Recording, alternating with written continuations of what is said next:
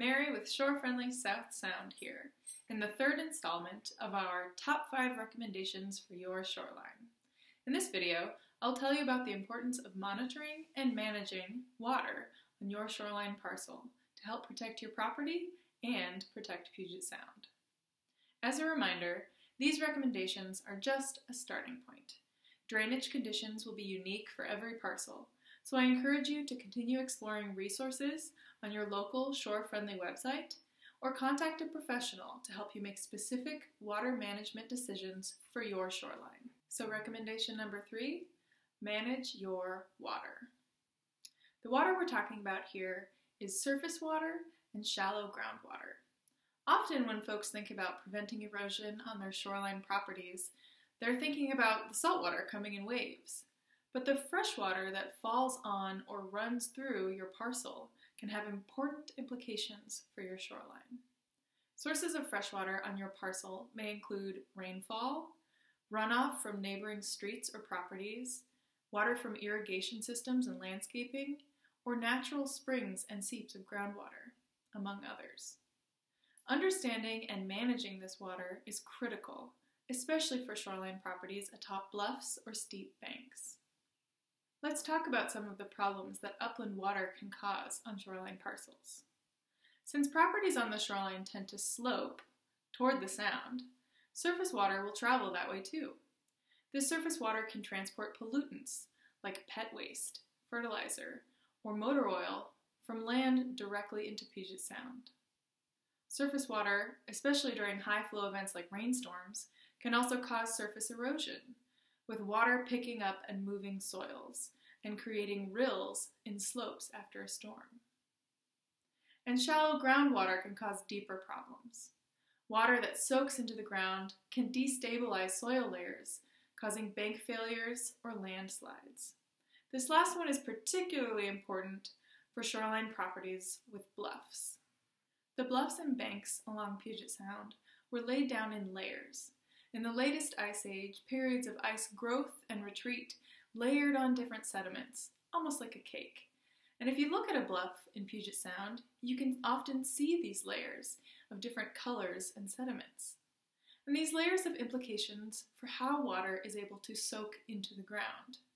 If there is a fast-draining sediment layer, like sand or gravel, located above a sediment layer that's more dense, like clay, silt, or rock, rainwater or groundwater might drain quickly through one layer and then get stopped at an impervious layer.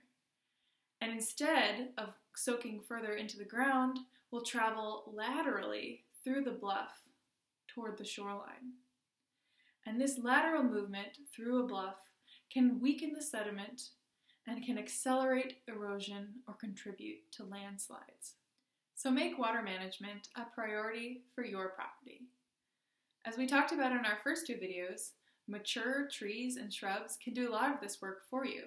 But beyond that, here are some things to consider when making a water management plan for your parcel. First, limit the amount of water that you add to your parcel.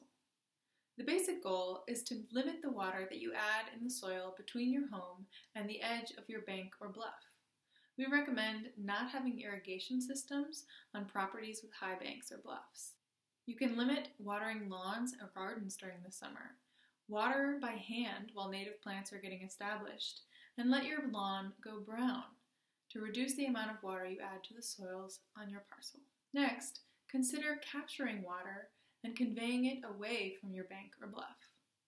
To minimize the impacts of runoff from your roof, driveways, or parking areas, collect this water and convey it away from your steep slopes to an outlet above the beach via a well-designed drainage system. When transporting water, we recommend using solid pipes or tight lines rather than thin, corrugated drainage pipe, which is prone to breakage or leakage. At the discharge point, an energy diffuser can help to decrease the erosive energy of water coming out of the pipe. Make sure your drainage system is not discharging on the top of a bluff or directly onto its face. Whenever possible, keep piping above ground so you can monitor and repair it easily. You can hide piping simply by painting it dark colors and adding some strategic native plantings to make it blend right into the background. You should be aware of and comply with water quality rules for water discharge. If your pipe outlets to the beach, a hydraulic project approval permit from the Department of Fish and Wildlife may be required. Avoid adding any material to the top or face of your bluff that will change how water soaks into the soil. Never dump debris, yard waste, grass clippings, or fill material on a slope. These materials can soak up water and contribute to landslides. Monitor for changes. Watch for new seeps or standing water, cracks in the soil, or mass sediment movement.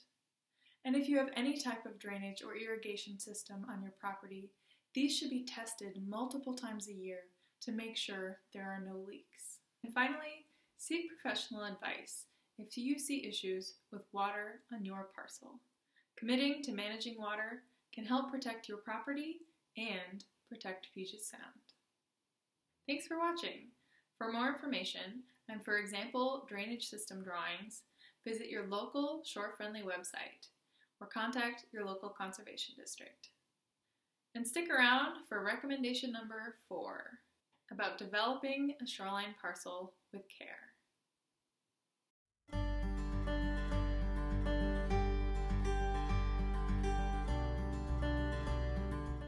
In this video, I'll give you some of the basics on what to watch for and mistakes to avoid.